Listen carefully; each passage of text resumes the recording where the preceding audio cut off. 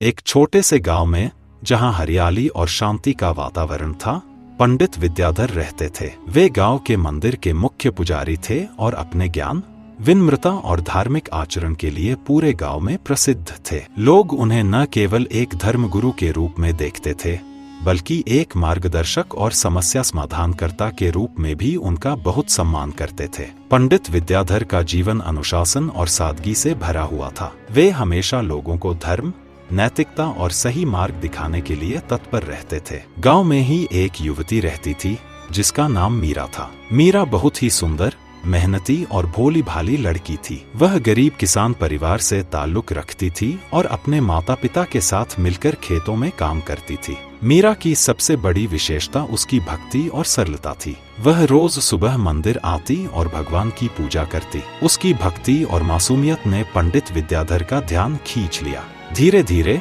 पंडित जी का मन मीरा की ओर आकर्षित होने लगा। उन्होंने महसूस किया कि वह मीरा से प्यार करने लगे हैं। एक दिन पंडित विद्याधर ने मीरा को मंदिर में बुलाया और उससे कहा, मीरा, तुम्हारी सरलता और भक्ति मुझे बहुत प्रभावित करती है। मैं तुमसे प्यार करने लगा हूँ। मीरा यह सुनकर चौंक गई। उसने विनम्रता से कहा, पंडित जी, आप तो मेरे गुरु हैं। मैं आपका बहुत सम्मान करती हूँ, लेकिन यह प्यार का रिश्ता हमारे बीच ठीक नहीं है। मैं आपकी शिष्या हूँ और आप मेरे आध्यात्मिक गुरु। पंडित विद्याधर ने मीरा की बात सुनी, लेकिन उनका मन अशांत हो गया। वे मीरा के प्यार में इतने डूब गए कि उनका ध्यान अपने कर्तव्यों से हटने लगा। मंदिर के कामकाज और गांव के लोगों की समस्याओं पर उनका ध्यान कम हो गया। लोगों को लगने लगा कि पंडित जी पहले जैसे नहीं रहे। वे अक्सर खोए खोए से रहते और मंदिर के कामों में उनकी रुचि कम हो गई। गांव के लोगों ने पंडित जी के व्यवहार में बदलाव महसूस किया। वे अब पहले की तरह लोगों की समस्याओं को सुनने और उन्हें सलाह देने में उतने सक्रिय नहीं थे।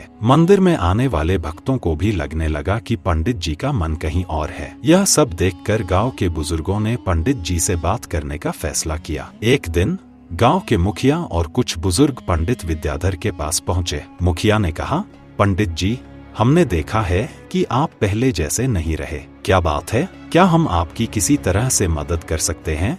पंडित विद्याधर ने अपनी भावनाओं को छुपाते हुए कहा, नहीं, सब ठीक है। मैं बस थोड़ा थका हुआ हूँ। लेकिन गांव के लोगों को लगा कि पंडित जी कुछ छुपा रहे हैं। इसी बीच मीरा ने भी महसूस किया कि पंडित जी के व्यवहार में बदलाव आया है। वह समझ गई कि यह सब उसकी वजह से हो रहा है। मीरा ने सोचा कि उसे पंडित जी से दूरी बनानी चाहिए ताकि वे अपने कर्तव्यों पर ध्यान दे सके। एक रात पंडित विद्याधर को एक सपना आया। सपने में भगवान ने उन्हें दर्शन दिए और कहा, विद्याधर, तुम्हारा कर्तव्य लोगों को धर्म और नैतिकता का मार्ग दिखाना है, न कि अपने व्यक्तिगत सुख के पीछे भागना। तुम्हारा प्यार तुम्हारे कर्तव्य से विमुख कर रहा है। यह सही नहीं है। तुम्हें अपने कर्तव्यों का पालन करना चाहिए। पंडित जी सपने से जागे और उन्हें अपनी गलती का एहसास हुआ। उन्होंने मीरा से माफी मांगी और कहा, मीरा, मैंने अपने कर्तव्यों को भूलकर तुम्हारे साथ अनुचित व्यवहार किया। मैं तुमसे क्षमा मांगता हूँ।